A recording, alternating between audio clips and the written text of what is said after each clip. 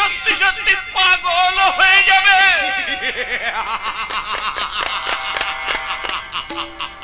নায়িকার কান্না দেখে নায়কের কষ্ট। শোন, নিবিয়া নিজে পাগল হবে না রে, পাগল হব আমরা। ইউ আর রাইট সীমান্ত, ইউ আর রাইট, তুই একদম ঠিক কথাই বলেছিস। বাবা, বাবা তোমার ছোট ছেলেকে কোন ইউনিভার্সিটিতে পড়িয়ে জাদু বিদ্যায় পারদর্শী করে তুলেছো সেটা তো আমাকে আগে বলনি। তুই লেখক বলে বড় বড় কথা শুনিয়ে নিজের কাজটা বড় করতে চাইবি না দাদা। নিবিয়ার ঘটনাটাকে আমি চাপা দিতে চাইনি, আসলে তাকে অন্যভাবে মাপা হচ্ছে বলে তোমরা আমার কথাটা বুঝতে চাইছো না। থাম থাম, আর বেশি জ্ঞান দিস না। অজ্ঞানকে জ্ঞান দেওয়ার মতো মূর্খ আমি নই। তুই মূর্খ, ছাও মূর্খ।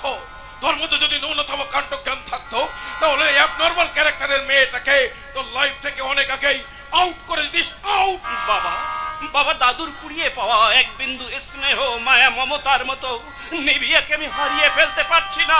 হারাতে না পারিস তাড়িয়ে দে।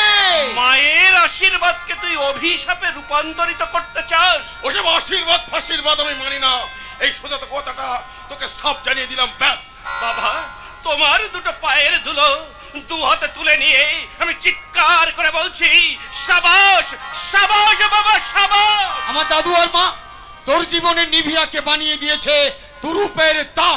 কর্তব্য কেমন করে জন্মায় তোরা কি জানিস তার ইতিহাস? ওসব ইতিহাস ফিতিহাস রাখ, ওই নিবিয়া নামক মেয়েটাকে ভুলে গিয়ে তোকে অন্য মেয়েকে বিয়ে করতে হবে দিগন্ত। তার যে বলো না বাবা, আমি আত্মহত্যা করব কবে? শোন দাদা শোন, তুই মনে করেছিস ওই অসুস্থ মেয়েটা বিয়ের পর তোর সুখের ঠিকানা দেবে? ভালোবাসা সুখের ঠিকানা না দিলেও চলার মতো শান্তির পথ সে দেখায়। নিবিয়া অশান্তির প্রতিমূর্তি, হয় তাকে ভূতে পেয়েছে নইলে লগনের যৌবন তাকে মুগ্ধ করে দিয়েছে। কি অদ্ভুত ধারণা তোমাদের বাবা। তুমি কি আমাকে দুগ্ধ পোষ্য শিশু ভেবেছ? তুই শিশু নোস, শিশু নোস, তুই নিজের মৃত্যু নিজেই বইছিস, যেমন বয়েছিল যিশু। ঠিক এই মুহূর্তে মনে হচ্ছে তুই একটা বন্য পশু। কি বললি, কি বললি? আমারই সামনে দাঁড়িয়ে আমারই প্রিয় পুত্রকে তুই পশু বললি? পশু বললি?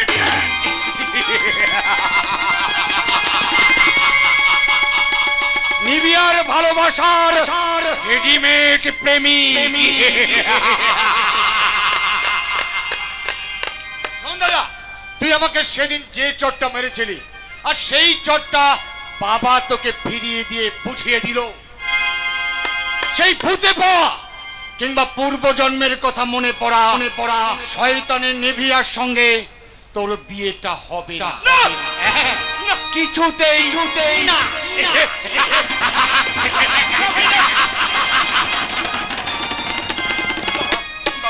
ভুল করো না বাবা, ভুল করো না। সীমান্তর কথা শুনে গ্রামের লোকের কথা বিশ্বাস করে আমার জীবন থেকে আমার ভালোবাসার পরশমণিটাকে তুমি কেড়ে নিও না বাবা। আমার বিশ্বাস নিবিয়া সুস্থ হয়ে উঠবে। সুস্থ হয়ে উঠবে? হ্যাঁ বাবা, হ্যাঁ, আমি আমার ভালোবাসা দিয়ে তাকে সুস্থ করে তুলবো। দাদুর কথা মতো সত্যি যদি তার পূর্বজন্মের কথা মনে পড়ে, আমি আমার শিক্ষা দিয়ে, চেতনা দিয়ে, সমাহিত সাহিত্যের স্নিগ্ধতা দিয়ে আমি তাকে সুস্থ করে তুলবো। কখনো পারবি না, কখনো পারবি না, কারণ পাড়ার সবাই বলা বলি করছে 22 বছর আগে মরে যাওয়া সোদালি বউয়ের ভূত নিবিয়ার ঘরে চেপে বসেছে। কি অদ্ভুত ধারণা তোমার বাবা। তুমি কি তাহলে এই গ্রামের লোকের মতো পেছন দিকে এগিয়ে যেতে চাইছো? কি বলতে চাইছিস তুই? বাবা, বাবা, আমি তোমার বড় ছেলে। মায়ের মুখে শুনেছি, দাদুর মুখে শুনেছি, আমার জন্মের পর তুমি নাকি আনন্দ করেছিলে, অনেককে অনেক কিছু দান করেছিলে। আমি তোমার সেই বড় ছেলে, তোমার প্রথম সন্তান। দান নয় বাবা, আমি তোমার পায়ে ধরে ভিক্ষা চাইছি বাবা। নিবিয়াকে আমায় ভিক্ষা দাও বাবা, নিবিয়াকে আমায় ভিক্ষা। Impossible! I can't tolerate!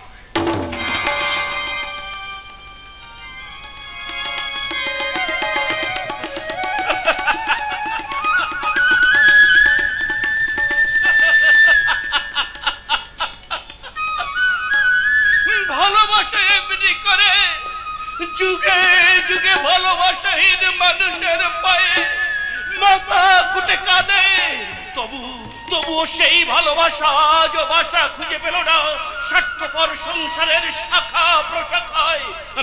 আমি এখনই বাবার বিরুদ্ধে বিদ্রোহ করতে পারতাম। আমি বলতে পারতাম, বাবা বাবা আমি সাবালক, আমার ব্যক্তি স্বাধীনতা আছে, কিন্তু আমি তা বলতে পারলাম না, কারণ বাবার মনে ব্যথা দেওয়া কোন ছেলেরই যে উচিত।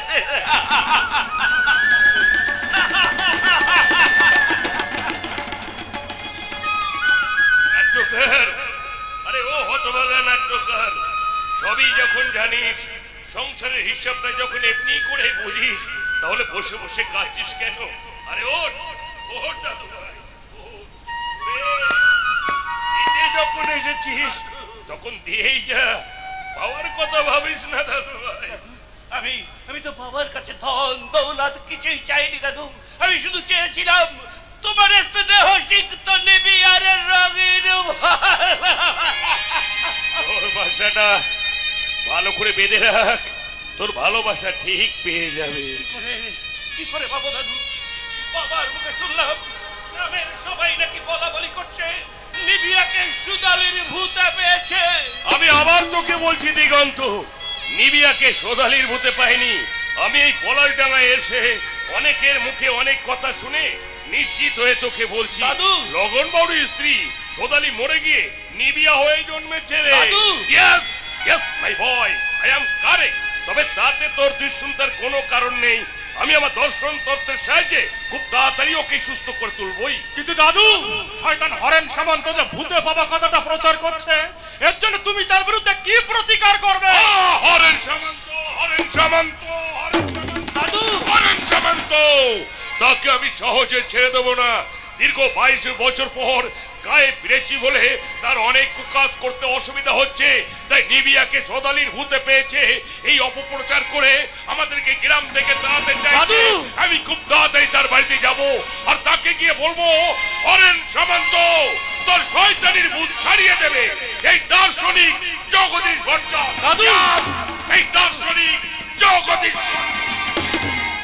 হরেন সামন্ত শয়তানের শয়তান। তুই জানিস দিগন্ত, তার একমাত্র যুবতী মেয়েকে আমার পিছনে লেলিয়ে দিয়েছিল। তার মানে তার মেয়ের অসুখের নাম করে আমাকে ডেকে নিয়ে গিয়ে বিকল করে দিতে চেয়েছিল আমার এক চারিত্রিক সম্মান। হরেন সামন্তকে আমি উচিত শিক্ষা দিতে পারতাম যদি সেদিন নিবিয়া বাউরি পাড়ায় গিয়ে সেই কেলেঙ্কারিটা না করত। নিবিয়ার কোনো দোষ নেই রে দিগন্ত, এখন আমারও মনে হচ্ছে দাদুর কথাই ঠিক। নিবিয়া সত্যি সত্যি জাতিশ্বরী। তাহলে সেই জাতিশ্বরী মেয়েটাকে নিয়ে আমি এখন কি করব বলতে পারি? কেন? তাকে বিয়ে করে তুই তোর ভালোবাসার ঈশ্বরী করে রাখবি? তা কি করে সম্ভব? নিবিয়া কি কোনোদিন তার পূর্বজন্মের কথা ভুলতে পারবে? পারবে, নিশ্চয়ই পারবে। তার চেতন মনকে প্রবল করে তুলতে পারলেই সে তার অবচেতন মনের কথা ভুলে যাবে। তুই কি করে জানলি? আমি ডাক্তার, আমাকে অনেক কিছুই জানতে হয়। কিন্তু আমি তো সমাজে বাস করি, এই সংসারে বাস করি, সমাজ সংসারে অনেক কথাই তোমাকে শুনতে হয়। একদিকে স্বর্গে গিয়েও ধান ভানতে হয়। ওরে বুদ্ধু, তুই কি সাধারণ মানুষ যে সাধারণ লোকের কথায় উঠবে বসবি? তুই হলি লেখক, তুই পড়েছিস শরৎচন্দ্র, বঙ্কিমচন্দ্র, রবীন্দ্রনাথকে, আর পড়েছিস শেক্সপিয়ার, ওয়ারন, ওয়ার্ডসওয়ার্থ। এত কিছু পড়েও তুই এখন এই সমাজকে চিনতে শিখিসনি। শোন, আমি এই মাত্র দেখলাম নিবিয়া রীতিমতো লজ্জিত হয়ে পড়েছে। সে প্রাণপণ চেষ্টা করছে নিজেকে সুস্থ করে তোলার। বিজ্ঞান কি বলে জানিস? বিজ্ঞান বলে পৃথিবীর সব থেকে কঠিন ব্যাধির সব থেকে বড় ওষুধ হলো এই মন, যাকে বলে উইল ফোর্স। তাই নিবিয়া যেমন উইল ফোর্স নিয়ে এগিয়ে আসছে, তুইও তেমনি তাকে কাছে টেনে নিয়ে তোদের ভালোবাসার নতুন কোর্সটা কমপ্লিট করে নে বন্ধু, কমপ্লিট করে নে।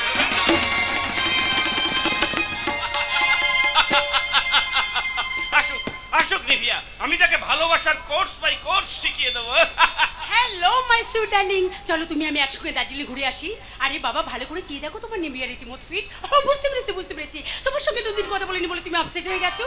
আমি কি তোমার সামনে লগন সেজে বাঁশি বাজাবো? ও নো, বাঁশির দরকার নেই, তোমার হাসি আমার কাছে যথেষ্ট। প্লিজ প্লিজ একটু কষ্ট করে দাঁড়াও, আমি এখনই ছুটে গিয়ে 1 টাকা পলাশ ফুল এনে দিচ্ছি। পলাশ ফুল। দিগন্ত, আমাকে তুমি ভুল বুঝো না দিগন্ত, বিশ্বাস করো আমার কোনো দোষ নেই। না না, তোমার কোনো দোষ নেই।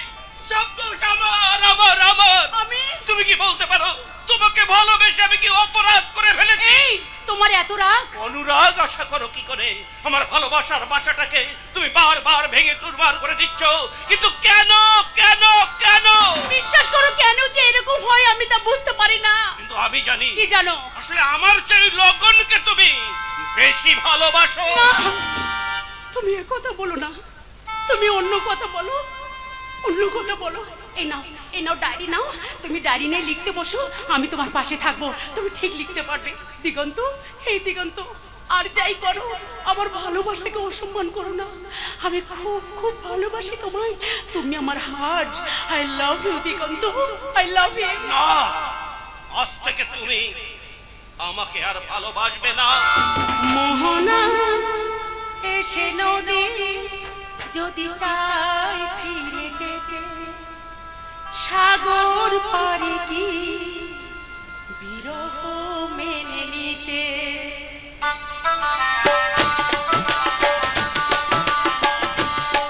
মোহনা এসে নদী যদি চাই ফিরে যেতে, সাগর পারে কি বিরহ মেনে নিতে। সাগরটা পারে না, কখনো পারে না, নাগরটা পারে না, কখনো পারে না। মোহনা এসে নদী যদি চাই ফিরে যেতে, সাগর পারে কি বিরহ মেনে নিতে।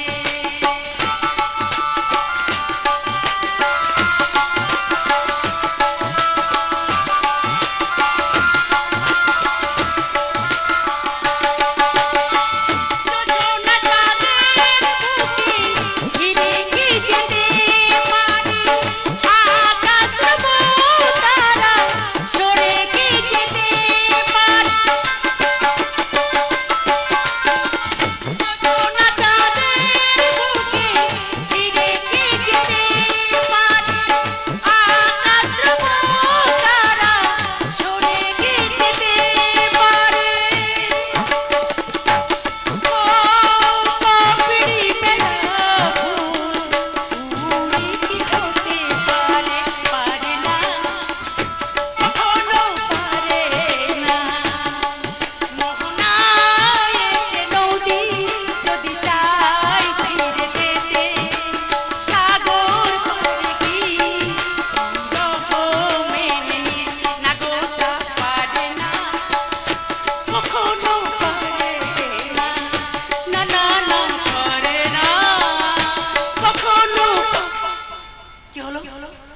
দিগন্ত চলে গেল।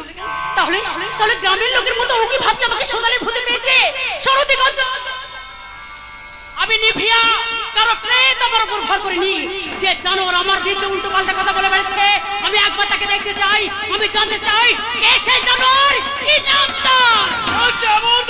তার নাম হরেন সামন্ত। হরেন সামন্ত, হরেন সামন্ত নামটা জানে খুব চেনা চেনা মনে হচ্ছে। আপনি তার ভাই? কিন্তু আমি তো শুনেছি হরেন সামন্তর ভাই নগেশ সামন্ত 22 বছর আগে বোবা হয়ে গেছেন, তিনি কথা বলতে পারেন না। দীর্ঘ 22 বছর পর আমার ভাইপো বরণের সঙ্গে আমি প্রথম কথা বলেছি, আর আজ দ্বিতীয়বার আমি তোমার সঙ্গে কথা বললাম। হ্যাঁ মা, তুমি আমার নিজের মেয়ের মতো মা। মাগো, তুমি আমায় সে কথা দাও মা, আমি যে তোমার সঙ্গে কথা বলেছি এই কথা তুমি কাউকে বলবে না। ঠিক আছে, বলবো না। আপনাকে আপনার দাদার সম্পর্কে সমস্ত কুকীর্তির কথা আমাকে বলতে হবে, বলুন। বলবেন? বলবো মা, সব বলবো, সব বলবো, কিন্তু তার আগে তোমার একটা ছবি আমি তুলে নিতে চেয়েছি। ছবি? কেন আমার ছবি আপনি তুলবেন কেন? আমি তো বুঝতে পারছি না। আপনি আমার ছবি তুলে ভীষণ অন্যায় করলেন। মাগো, একটা মস্ত বড় অন্যায়কে ধ্বংস করতে একটা ছোট্ট অন্যায় অন্যায় হয় না মা। আশ্চর্য, অমন করে আমার মুখের দিকে চেয়ে কি দেখছেন? মিলিয়ে দেখছি মা, মিলিয়ে দেখছি। কি মিলিয়ে দেখছেন? তুমি কতখানি নিবিয়া, কতখানি সুদালি। হ্যাঁ? এই যে তোমার শ্বশুরমশাই আসছে, আমি কিন্তু এখন বোবা। আশ্চর্য। নো, আশ্চর্য হওয়ার কিছু নেই, আশ্চর্য হওয়ার কিছু নেই। আমার বন্ধুর ভাই 22 বছর আগে বোবা হয়ে গেছে।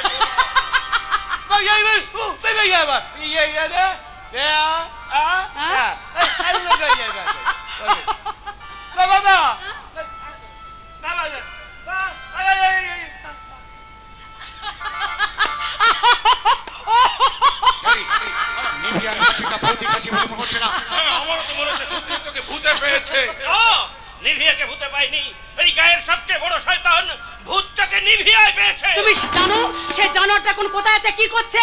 হ্যাঁ, একটু আগে আমি খবর পেলাম ওই শয়তানটাই বাউড়ি পাড়ার দিকে গেছে। বাউড়ি পাড়ায়? আমি বেশ বুঝতে পারছি সেই ভূতুড়ে হরেন সামন্ত আর সোদালি বউকে নিয়ে একটা রহস্যের জাল তৈরি হয়ে আছে। আমি সেই রহস্যের জালটাকে টেনে ফালা করে দিতে চাই। তাই এই মুহূর্তে আমরা সবাই যাব ওই বাউড়ি পাড়ায়। বাউড়ি পাড়া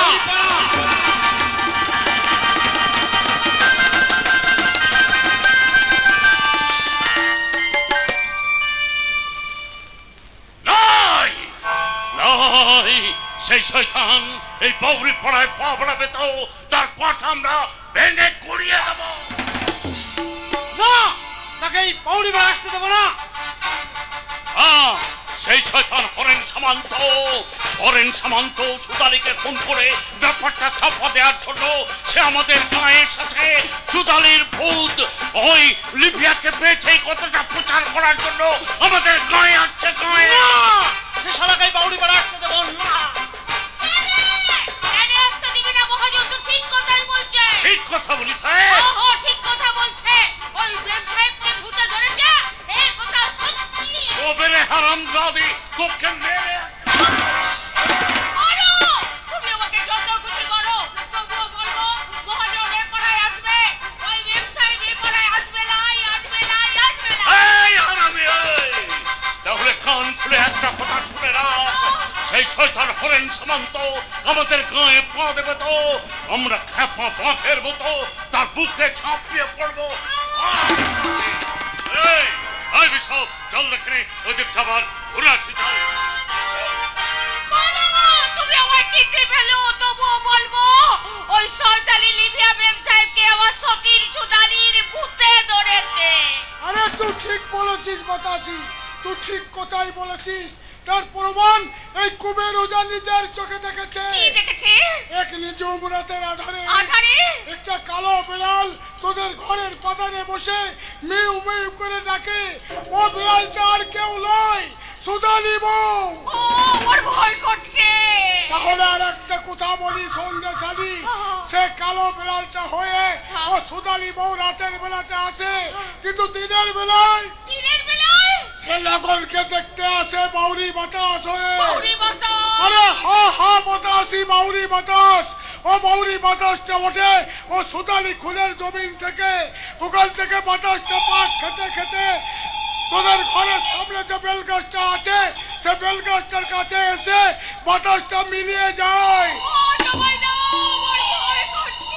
আরে লাই কোনো ভয় নাই। এই কুবের ওজা আছে বলেই ও শালি পেরেটটা তোর ধারের কাছে আসতে পারবে না। এসে গেছে আমাদের পাড়ার দিকেই আসছে। সদা নয়ন তারা, ওরে তারা দু ভাই এসেছে রে। ওরে মা যশোদার নয়ন তারা, তারা দু ভাই এসেছে রে। ওরে মা যশোদার নয়ন তারা, তারা দু ভাই এসেছে রে। মহাজন বাবু, কি হলো? অমন করে কি দেখছিস? না না না, দেখার কিছু নেই।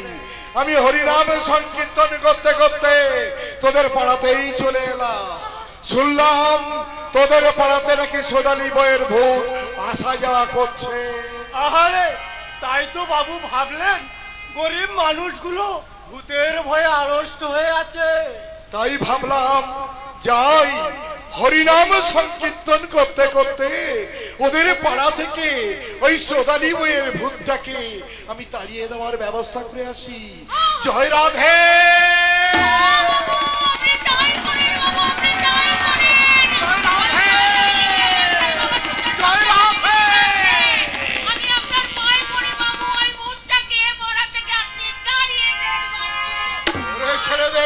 ছেড়ে দে, ওরে আমার পাটা তুই ছেড়ে দে। মহাজন ভালো হয়ে গেল নাকি কুবের ওজা? ওনার সাথে আমার একটু কথা বলতে দে। আরে বাতাসি, সরি না কেন বাবু? চুপ, একদম চুপ। বাবু এখন ভর হয়েছে, ভর। হ্যাঁ ভর। মাঝে মধ্যে বাবু হরিনাম করতে করতে না এইরকমই হয়। আবার ঘর কেটে গেলে বাবু মুখ দিয়ে যা বলেন তাই হাতে হাতে ফলে যায়। বাবা মহাজন তাহলে সত্যি সত্যি দেবতা হয়ে গেছে। যাক, উনার উপরে আমার আর কোনো রাগ নেই। আরে দাঁড়া দাঁড়াও, আমি জিজ্ঞেস করি বাবু এখন কোথায়? বাবু আপনি এখন কোথায় আছেন? আমি এখন প্রেত লোকে আছি। বাবা প্রেত লোকে আপনি কি দেখছেন? দেখছি যত মানুষ মরেছে তত প্রেত এখানে আছে, কিন্তু একটা প্রেত নেই। সেটা কার প্রেত বাবু? সোদালি বইয়ের প্রেত। আরে একদম চুপ, একদম চুপ, আমি আগে জেনে নি। বাবু সোদালির প্রেতটা এখন কোথায় আছে? শয়তান জগদীশ ভট্টাচার্যের বাড়ি। সোদালির প্রেত নিভিয়াকে ভর করে হতভাগী বাতাসি বইয়ের সর্বনাশ করার চেষ্টা করছে। জয় রাধে।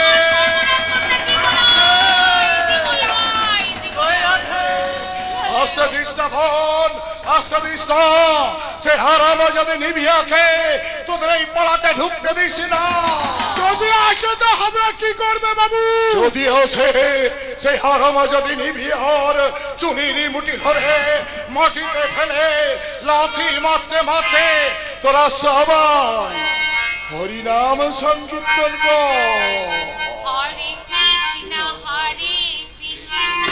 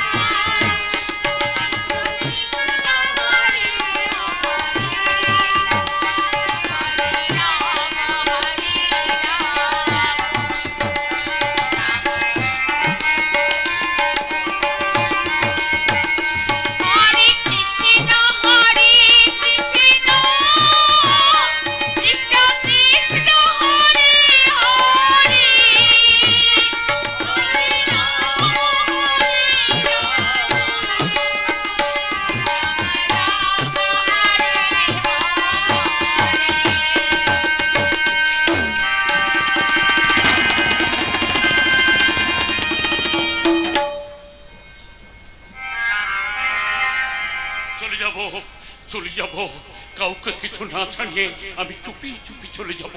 বাবুদের পুকুর পাড়ে ঝোপটি দাঁড়ালে আমি চুপটি করে বসে থাকবো। ওখান থেকে আমার সোধালি বউকে আমি দেখে নেব। আবার সোধালি বউ যেদিন যেদিন যেদিন আমাদের পাড়ায় এসে লিফিয়া মেম সাহেব আমাকে লগন বলে রেখেছিল, সেই দিন আমি বুঝেছিলাম আমার সোধালি বউ লিফিয়া মেম সাহেব জন্ম নিয়েছে। তাই তার 7 দিন পর কাউকে কিছু না জানিয়ে এক খোঁচা পলাশ ফুল কোছড়ে লুকিয়ে নিয়ে আমি চুপি চুপি গিয়েছিলাম মাস্টার বাবুর বাগানে। ওরা জানে না প্রাচীন ভারতের দর্শন কি। এই যুগের ছেলে মেয়েরা কি বুদ্ধদেবের জাতক কাহিনী পড়েনি?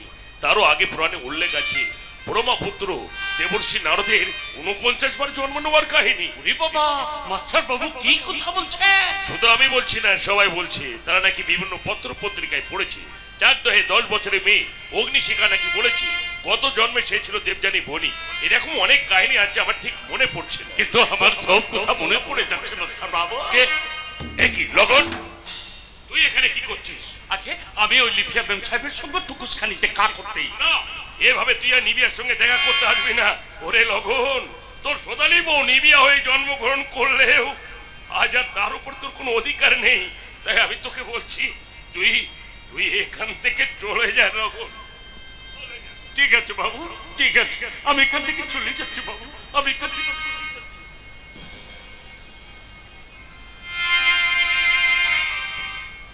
কতদিন বাদে আমার মনের আশা পূর্ণ হয়েছে, তাই নিজের হাতে ঠাকুরের ভোগ রান্না করবো বলে জল নিতে এসেছি পুকুর ঘাটে। গায়ের সবাই আমার নিবিয়াকে ভূতে পেয়েছে বললে কি হবে?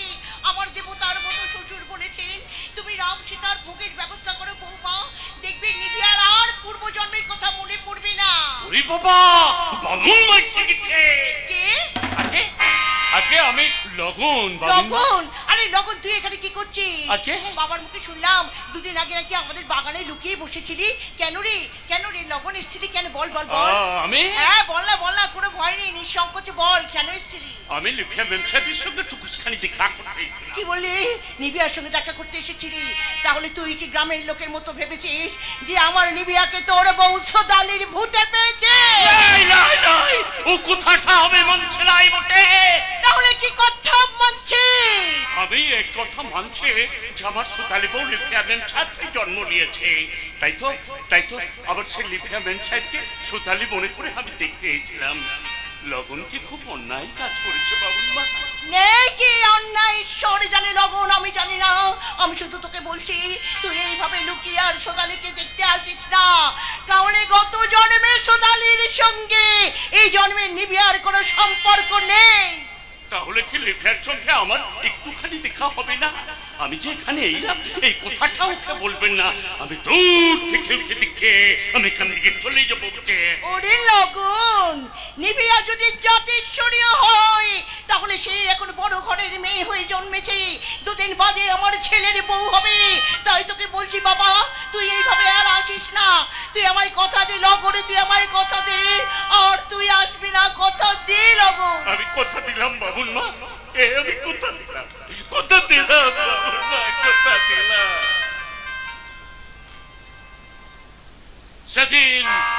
সেদিন আমি বামুন মাকে কথা দিয়েছিলাম ঠিকই, কিন্তু আমার মন থেকে আমি মেনে নিতে পারি নাই। তাই তো আমার মনে হয় আমি ফিন ছুটে চলে যাই ওই বামুন পাড়ায়, যেখানে আমার সোদালির বোতলি ফ্যামেম সাথে ওরা আটকে রেখেছে। কিন্তু ওরা যে বলবে ওর সাথে আমার কোনো ভালোবাসার সম্পর্ক নাই, সে এখন ভদ্র করে জন্ম নিয়েছে, তাই তার সাথে আমার কোনো সম্পর্ক নাই। ওরে পলাশ ফুলের গাছ, তুই বললা কেন ভালোবাসা কেমন করে হয়? ওরে আকাশ, তুই বললা কেন ভালোবাসা কেমন করে জন্ম নেয়?